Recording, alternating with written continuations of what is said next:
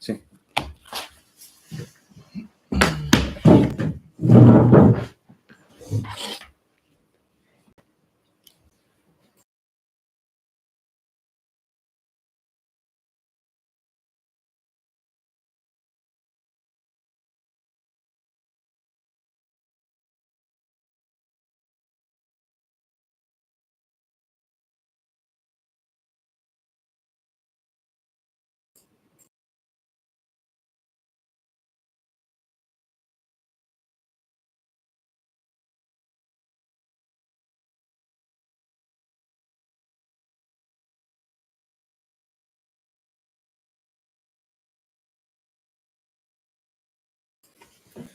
Lo único hay que ver.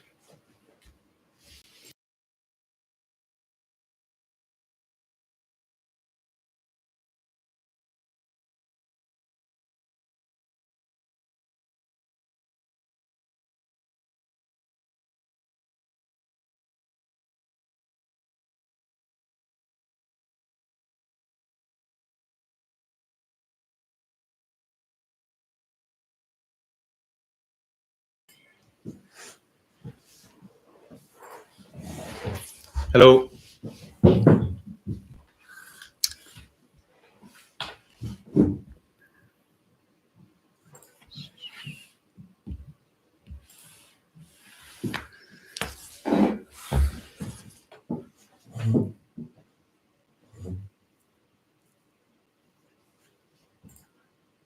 Hello. Can you hear us? Hi.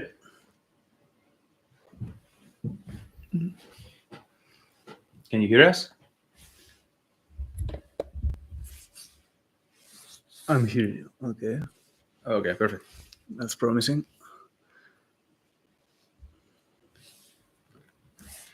Okay, maybe we can start. Okay, good. Sounds good. So, great.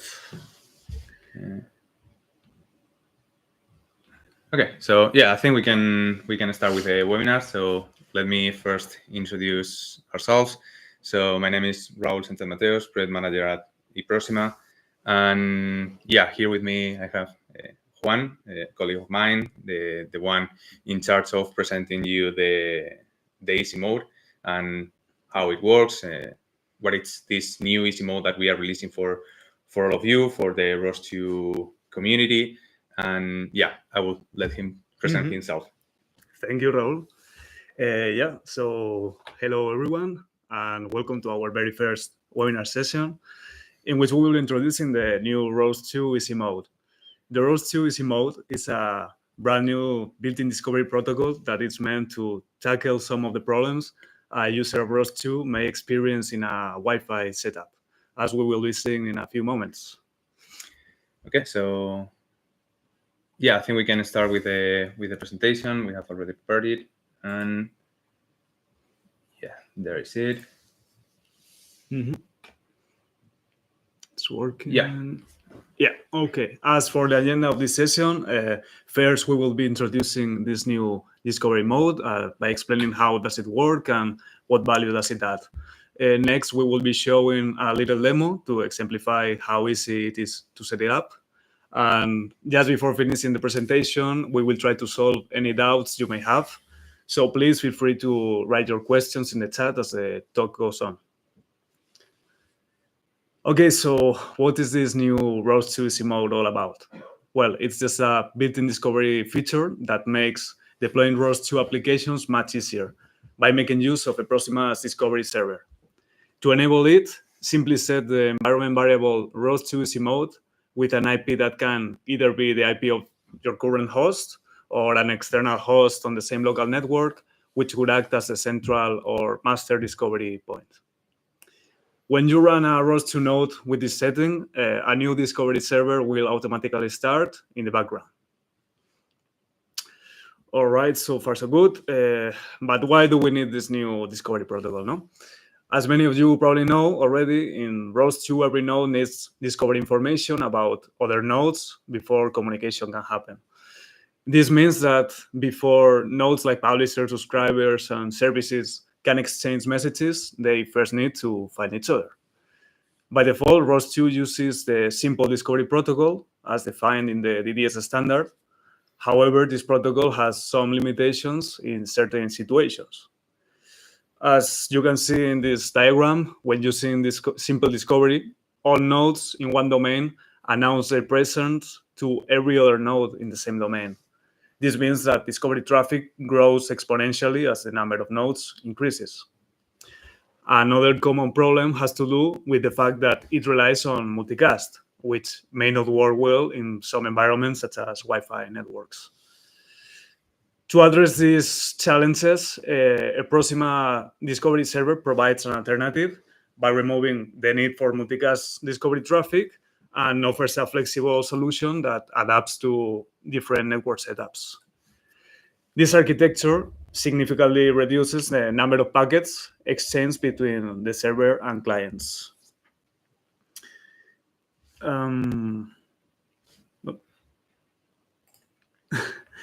As can be seen, for example, in this graph. It shows how network traffic decreases during the discovery phase in the RMF clinic demo use case.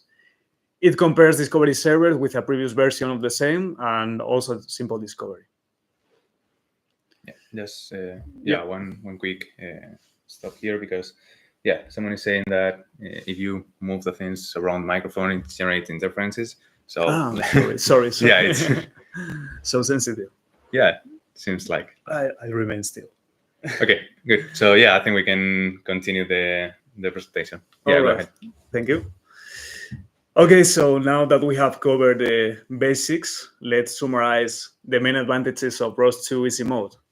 First, simplicity, as there is no need to configure the middleware manually, making the setup process much easier.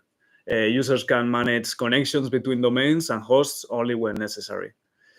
The second key benefit would be scalability, since it significantly reduces the number of discovery packets, improving overall system performance. And last but not least, reliability, as it uses peer-to-peer TCP communication. Well, in fact, TCP is not the only transport enabled in ROS2 easy mode. That's indeed the case for remote connections, as it offers overall better results than UDP in congested and lossy networks. However, when possible, shared memory transport is used instead for local communication, since it relies in inter-process communication mechanisms that are just faster and more efficient.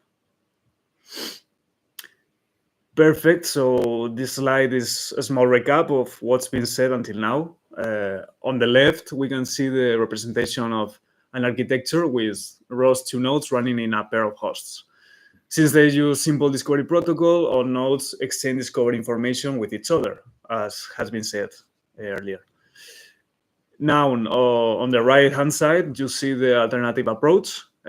All nodes are connected to a discovery server running on its host. And these discovery server instances are connected as determined by the IP value set in this environment variable. When the first ROS2 node is run, it automatically creates a discovery server in the specified domain based on this environment variable, ROS domain ID, with 0 default value. The node then connects to this server as a client. If a discovery server is already running in the domain, the new node will simply join to it as a client without creating another server. This ensures that its domain always has only one discovery server, as shown in this image. With ROS2 easy mode, the discovery range of each node depends on the IP parameter. If you set it to a remote host IP, nodes can communicate across different hosts as long as they share the same domain. But if instead you use a local IP, nodes will only discover others on the same host.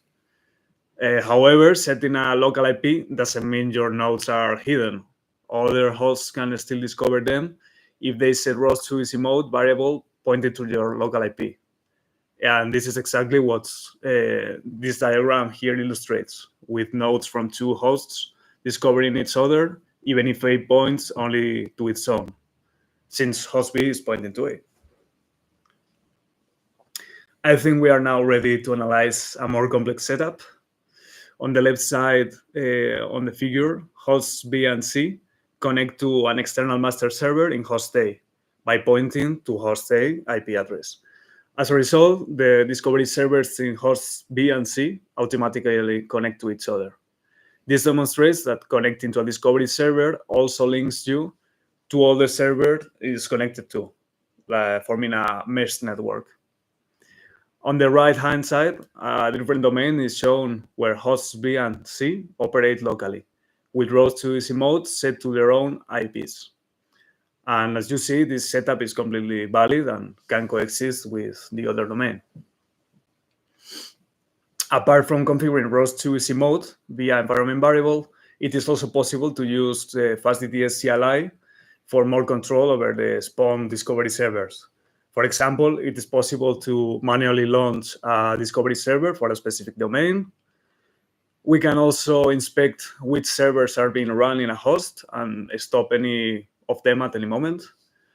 And it's also possible to add a new remote server to a server at a specific domain, or even do more complex stuff, such as starting a server in a domain connected to a remote one in a different domain. As promised, we will now have a look at a simple demo that just aims to showcase how easy it is to enable this new communication feature. The architecture is pretty straightforward, with only a pair of hosts connected to each other, host A serving as the discovery master. For this demo, we will be using the TurtleSim package present in VolcaNexus Docker image, where ROS2 easy mode is already ready to be used. Great, let's get started. Okay, so first of all, we check what is the IP of the host that will be acting as master, since we will be needing this information later on. Next, we run a VolcaNexus Docker image in the same host and run a TurtleSim node with ROS2 easy mode pointing to localhost. In the same host, we follow a similar procedure to run the teleoperator and, well, verify communication is well established. Let's wait. Yeah, that's it. Now we are in a different host, and again, from a VolcaNexus Docker image, we spawn a TurtleSim node, this time with the draw square instruction. To enable ROS2 easy mode, simply set the environment variable, in this case, pointing to the first host IP address. And that's it, communication successful, as you can see in the bottom right. And we can now play a bit with the CLI, for example, checking which domain servers are launched, and also we can stop running servers as it's been done in here. And note that by removing a discovery server affects, after the nodes have already discovered, does not break the connection. Great, so we are coming to the end of the session. As I have already mentioned during the demo, ROS2 easy mode is already available in VolcaNexus Yassi distribution, and it will soon be available in ROS2 rolling and Kilted versions. By the way, no offense to ROS graphic designers, but we couldn't find the official logo for Kilted anywhere. So that's gonna be it. Thank you everyone for attending this webinar. We hope you found it useful. Let's have a look at the chat and see if there are any questions there. And also you can write any doubts offline and we'll try to answer back as soon as possible. Is there any question in there? Not yet, but in the meantime, just a couple of comments here. So you can find all the documentation regarding the ROS2 easy mode in the VolcaNexus documentation. We provide there all the descriptions that has been explained here. It's also on this online documentation and publicly accessible. Also, you have an example on how to set up a very simple use case, not the one that we have showcased here, which is with the TurtleSim, but just token listener with different hosts, launching discovery ROS2 easy mode on the back and communicating everything using discovery server. So just for completeness of this presentation, go to the documentation that we provide there. Maybe some of our colleagues can send you the link to through the chat. But yeah, in the meantime, you can go there and just have a quick look of all the tiny details of this new configuration mode that we are exposing for ROS2 based on discovery servers. So yeah, that's all. That's it. Thank you very much. Yeah, maybe we can wait a couple of minutes just to see if we have some questions, anything on the chat. And yeah, also in the meantime, I will check if I have the documentation somewhere. It's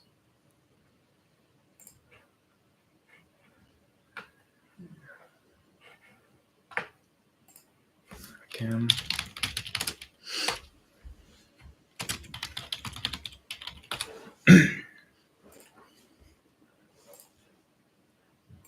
Yeah, nothing yet.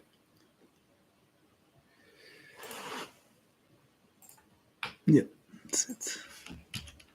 Yes. So as I said before, so here I'm sending you the link to a more detailed explanation of the ROS2 easy mode. And There's also a tutorial somewhere over there. yes.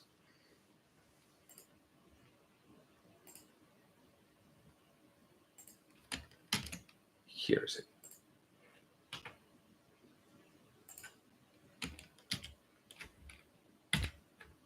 And also, if you guys are not aware, Vulkan Nexus is available in Docker Hub, so you can very easily perform the same demonstration in your home hosts.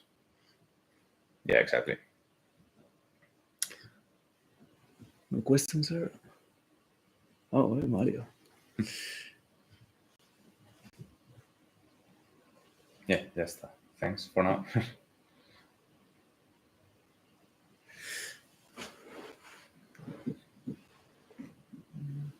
Okay. Yeah, very good. So yeah, Yeah, I think we that can close already. They can post any questions at any moment. So yeah, thank you everyone for attending the session. And yeah, if you have any questions, you can reach out through GitHub or send an email to support@Proxima, so info@Proxima, and yeah, anything we'll be happy to answer. mm-hmm.